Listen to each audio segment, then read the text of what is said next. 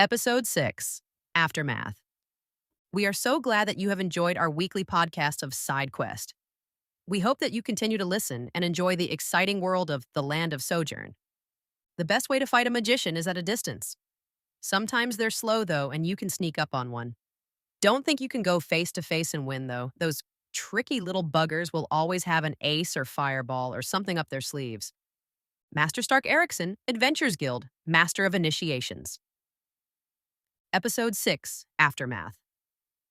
Tamika, a tall fae with cascading dark brown hair interwoven with golden highlights, exuded an air of elegance and authority as she sat in her intricately carved chair. Her robes of pure white silk shimmered with an ethereal glow, accentuating her radiant tan skin. Each movement she made was accompanied by a subtle rustle of the finest fabric, hinting at the exquisite craftsmanship of her attire. Her presence was further magnified by the delicate jewelry she wore, golden bracelets and a necklace that sparkled with precious gemstones, catching the light with every turn of her head. Her eyes, deep and knowing, seemed to hold the wisdom of ages, and her serene smile conveyed both warmth and regal command. The office itself was a reflection of her status, with towering bookshelves lined with ancient tomes and artifacts from distant lands. Rich tapestries adorned the walls, depicting legendary scenes of magic and wonder. The air was filled with the faint scent of exotic spices, adding to the room's luxurious ambiance. Tamika's very presence transformed the space into a sanctuary of beauty and power, befitting the esteemed dean of Emberstone College of Magic. As Tamika surveyed her surroundings, the sunlight streaming through the stained glass windows cast vibrant patterns across the polished marble floor, creating a kaleidoscope of colors that danced around the room. Her desk, an imposing piece of mahogany intricately inlaid with mother of pearl, was adorned with delicate quills and scrolls, each sealed with the emblem of the college. A crystal orb sat at the center, glowing softly with an inner light, a testament to the arcane knowledge she possessed. The gentle hum of magical energy seemed to resonate in the air, a subtle reminder of the power she wielded with grace and wisdom. Every detail of her office spoke of her dedication to the art of magic and her commitment to nurturing the next generation of sorcerers and wizards. Tamika's presence was not just one of beauty and opulence, but of profound influence and inspiration, guiding those who sought to unlock the mysteries of the arcane. Across from her sat Osiris, an enigmatic figure composed of swirling black smoke, wrapped meticulously in bandages from his toes to his waist, leaving his muscular abdomen exposed. The bandages continued from his fingers to his shoulders and from his head to his neck, revealing only his piercing blue eyes and mouth, while his nose remained obscured beneath the fabric. His presence was both mysterious and commanding, a living embodiment of shadow and intrigue. Beside him sat the co-leader of the Adventurers Guild, distinguished by his slightly glowing silver left eye, a mark of his adventures and the mystical encounters he had faced. Emberstone College of Magic, where they gathered, was renowned as the most prestigious institution of its kind, sprawling majestically over 50 city blocks in the heart of the city of New Beginnings. Its grandeur and influence were a true testament to the school's illustrious history, having produced some of the most formidable wizards and sorcerers in all the land. The college stood as a beacon of magical excellence, drawing aspiring magic users from every corner of the realm, eager to learn from the best and contribute to its legacy of power and opulence. A major shift was palpable in the air.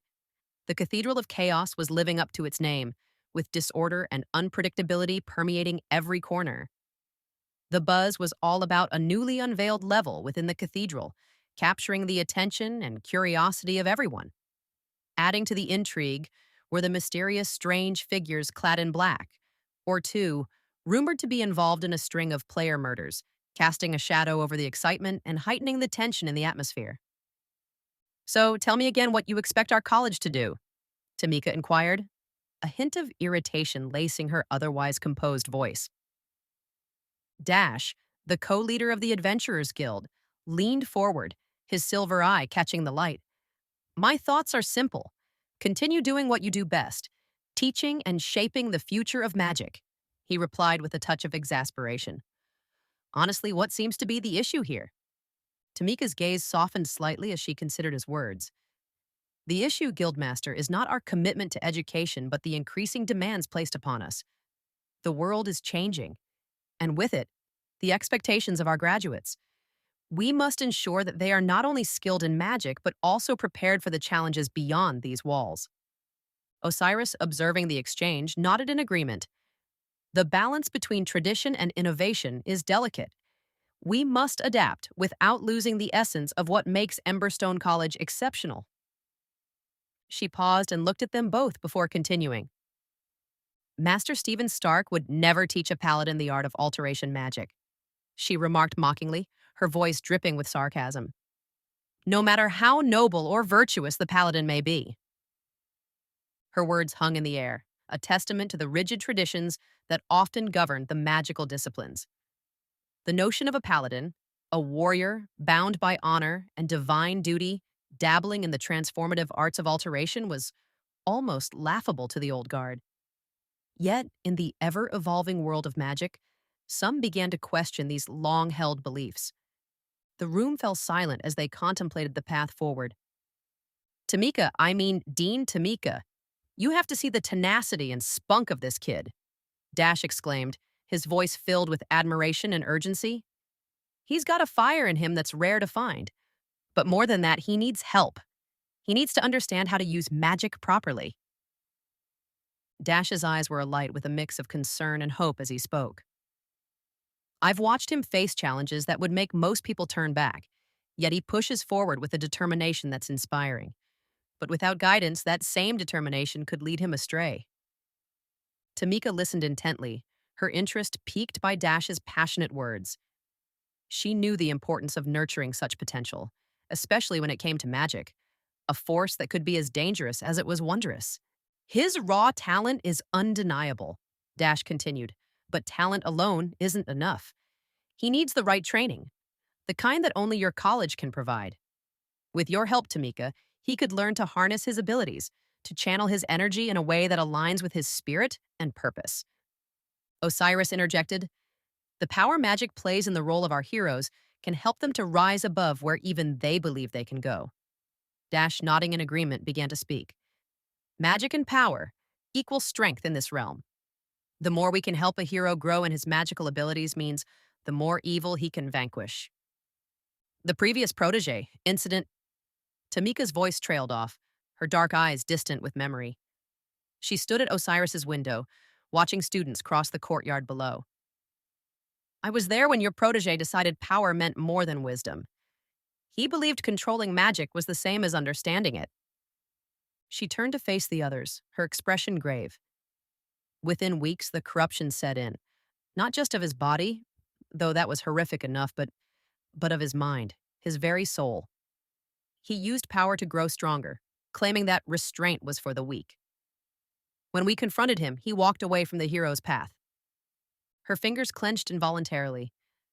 Magic isn't just about knowledge or skill, it's about intent, about understanding the weight of every choice, every ripple we create in the fabric of reality. A good heart questions itself, considers consequences, seeks balance. But someone driven by greed or anger? She shook her head. They see only the power, never the price. And the price is always paid, if not by them, then by those around them.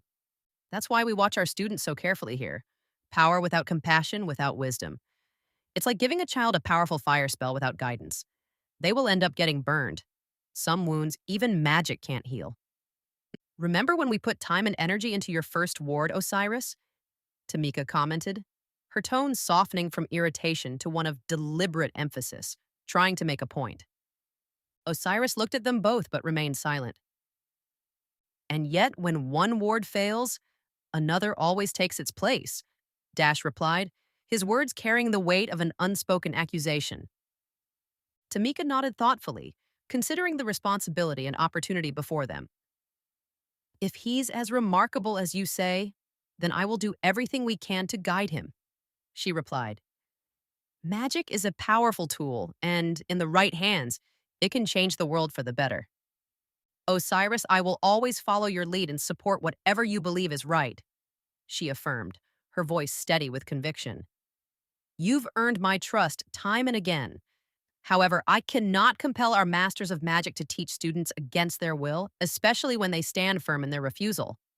She paused, her gaze meeting Osiris's with a mix of understanding and resolve. Take Master Stephen Stark, for instance.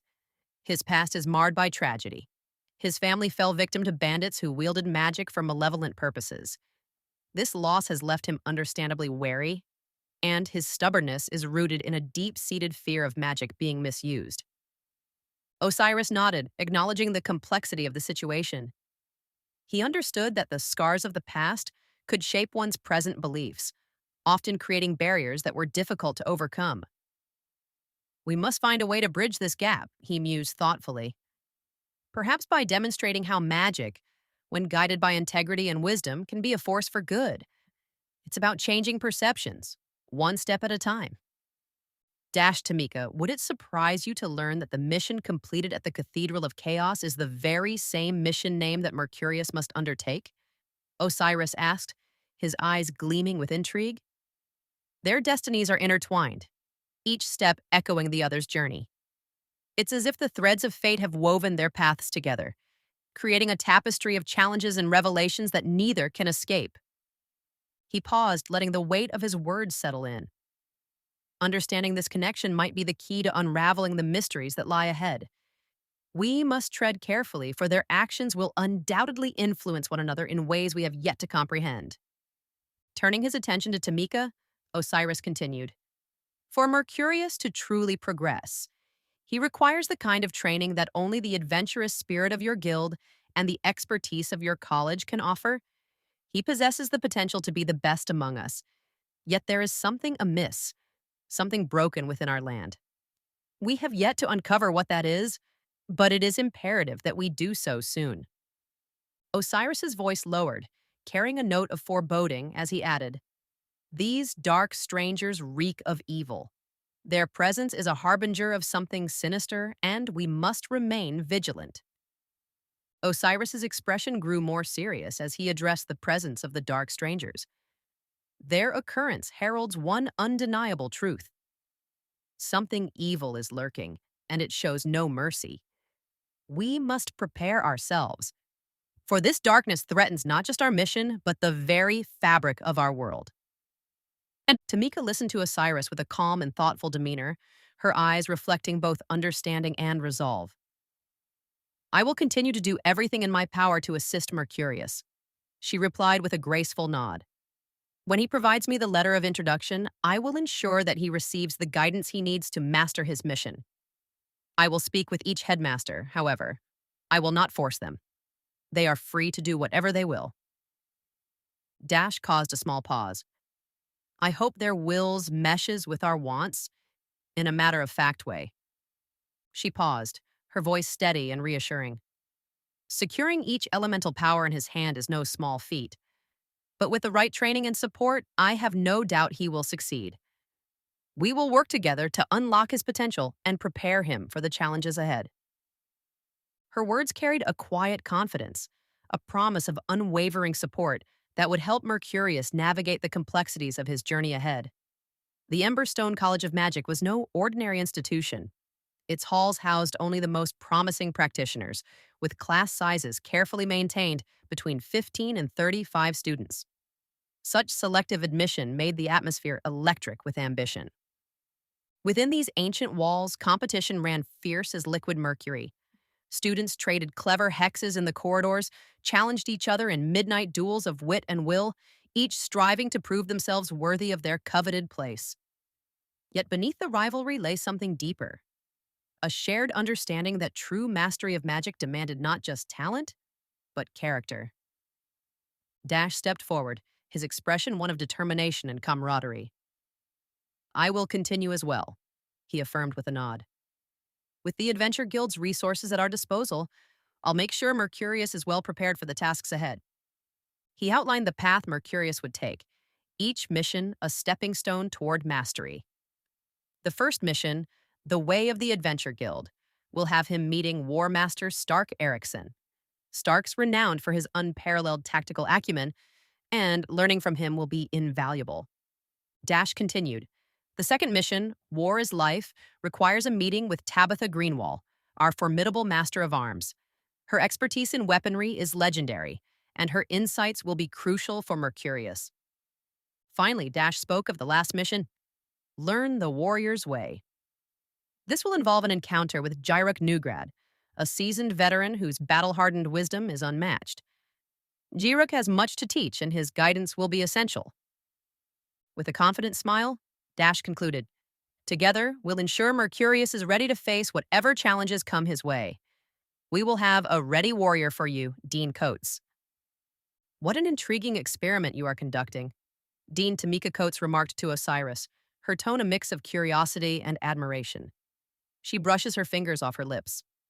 For the sake of all of Sojourn, I truly hope it meets your expectations. The three of them sat in silence for a few moments, while Osiris nodded in agreement. For the sake of us all, I hope you'll continue to help this boy, Osiris said, his voice carrying the weight of centuries. Rising up, he drifted to the towering window that crowned Tamika's office.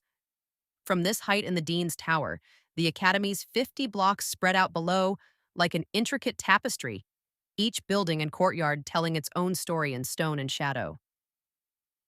The path ahead isn't certain, Tamika replied, her fingers absently tracing patterns on the arm of her chair. But that's precisely why we're here. Each student who walks these halls carries potential. Some just need more guidance than others to find their way. And sometimes, Dash leaned forward, resting his elbows on his knees. The hardest part is standing back and letting them stumble. We can't walk the path for them. Tamika nodded in agreement. The choices they make, even the small ones, shape who they become. Osiris turned, looking at the two of them. That is where we may disagree. I believe even mistakes can help us grow to be better leaders. We just don't have the time. We just don't have enough time. As Osiris dissolved into the air, a sight that had long since lost its power to surprise them, Dash and Tamika easily fell into their routine discussions, both understanding that behind Osiris's mysterious ways lay an unwavering dedication to the game, a dedication that had shaped countless lives throughout the ages. Ethan, Connor, and the majority of the Lost Souls unit had been diligently conducting reconnaissance in the vicinity where the final explosive impact from the Emperor Nightsword blast had occurred. His towering weapon had sent a searing blast of heat that impacted the mysterious stranger and momentarily ended 2 unit members from Lost Souls. Mark and Jeremy had pulled the murderous villain away from Ethan when the blast from the Emperor's sword had killed their characters and left them as 2 hovering purple flames waiting to be revived. Connor had quickly rushed them back to the city of New Beginnings, and the Platers were already revived by taking their purple's flames to the urn of reawakening. Almost all were scouring the lands in the direction of the weapon impact, searching for this mysterious stranger. Their mission was clear: to gather intelligence and confirm whether the Dark Stranger, whom Tron had defeated, was indeed the first stranger or merely another operative in a larger, more insidious force. With military precision, they scoured the area, analyzing every piece of debris and scrutinizing any signs of movement. Their objective was to piece together the puzzle that could provide critical insights into the enemy's hierarchy and strategy. Understanding the identity of the Dark Stranger was paramount, as it would determine the tactical adjustments needed for future engagements. Over the comms, Sophie Echo Chen's voice crackled with urgency and precision, a testament to her role as the communications specialist for Sierra Squad, the premier search and rescue team. "Command, this is Echo. We've located the impact site," she reported, her tone steady despite the gravity of the situation. "There's a purple slime trail leading away from the blast zone." The squad moved swiftly, following the viscous trail with military efficiency. Their mission: to secure and assess any survivors or threats. As they advanced, the trail led them to a gruesome discovery. "Visual on the target," Sophie relayed, her voice now tinged with a mix of astonishment and determination. "It's the Dark Stranger. He's severely compromised, half destroyed. With only one functional arm and leg, his body appears to be partially melted and vaporized." The sight was both a testament to the destructive power of the Emperor Knight's final blast and a grim reminder of the resilience of their adversaries. The Dark Stranger was dragging himself forward, a shadow of his former menace, yet still a potential threat. His mouth was gritting in pain, and purple blood pulsed around his face and body. Sierra Squad maintained their formation, ready to engage if necessary. Sophie's linguistic skills and communication prowess ensured that every detail was relayed back to command, enabling them to make informed decisions on the next steps. Awaiting further instructions, Sophie concluded, her team poised to act as the situation unfolded. As Sophie, Echo Chen, and Sierra Squad maintained their vigilant watch over the compromised Dark Stranger, the rest of the Lost Souls unit materialized through a shimmering portal, their arrival marked by the disciplined precision of elite operatives. With practiced efficiency, they swiftly secured the perimeter, ensuring the site was locked down against any further threats. The Dark Stranger, half melted and struggling, was subjected to questioning. His responses were nothing more than a litany of rhetoric, vows of death and destruction, echoing the malevolent intent that had driven his actions. Despite his weakened state, his words carried an unsettling conviction. "You think you all won, huh? You don't know the half of what we can do," he spat out clearly in agony. Sophie was quick to ask, "What do we not know?" with a hint of intrigue. The Dark Stranger, knowing he was being tested, was topped, talking with only spatting out minor death threats along with purple blood. Following standing orders, the Lost Souls prepared to trap the enigmatic figure. Utilizing advanced digital containment protocols, they initiated the process to secure him for transport out of the game environment and into a fortified server, where he could be analyzed without posing further risk. However, the extreme damage sustained by the Dark Stranger had unforeseen consequences. As the containment field enveloped him, his form began to destabilize, energy crackling violently across his body. In a climactic and horrific explosion, the Dark Stranger unleashed a surge of power unlike anything the team had ever encountered. The ground trembled as a blinding light erupted from the epicenter, accompanied by a scream that pierced the air, a final, anguished cry that resonated with the raw force of his demise. The explosion sent shockwaves rippling through the zone, leaving the operatives momentarily stunned by the sheer magnitude of the release. As the dust settled, the Lost Souls regrouped, their training and resilience allowing them to quickly assess the aftermath. The Dark Stranger was no more, his threat extinguished in a cataclysmic end. Yet, the power he unleashed served as a stark reminder of the formidable adversaries they faced in their ongoing mission. Tariq was the first to point out, "Well, that was ugly," as he surveyed the gore. "Yeah, he more of exploded instead of safely transported," said Marcus, who unfortunately appeared to have a lot of purple blood on his clothes. Ethan responded to his comms, "Beth, the transfer didn't succeed. He, or rather it was hit with some sort of feedback. He or it somewhat exploded." "He what?" asked Beth. Beth was the environmental engineer who was tasked to work alongside his team. "Interesting," she then muttered as she was reviewing the data. "It appears he self-destructed himself as the energy he produced was not something we can replicate." She appeared to be communicating with her team. "We will review the data and get back to command." That will be all, as she disconnected the two-way communications. Connor asked, "Was she pissed?" Ethan responded, "I don't know. I can never tell with her."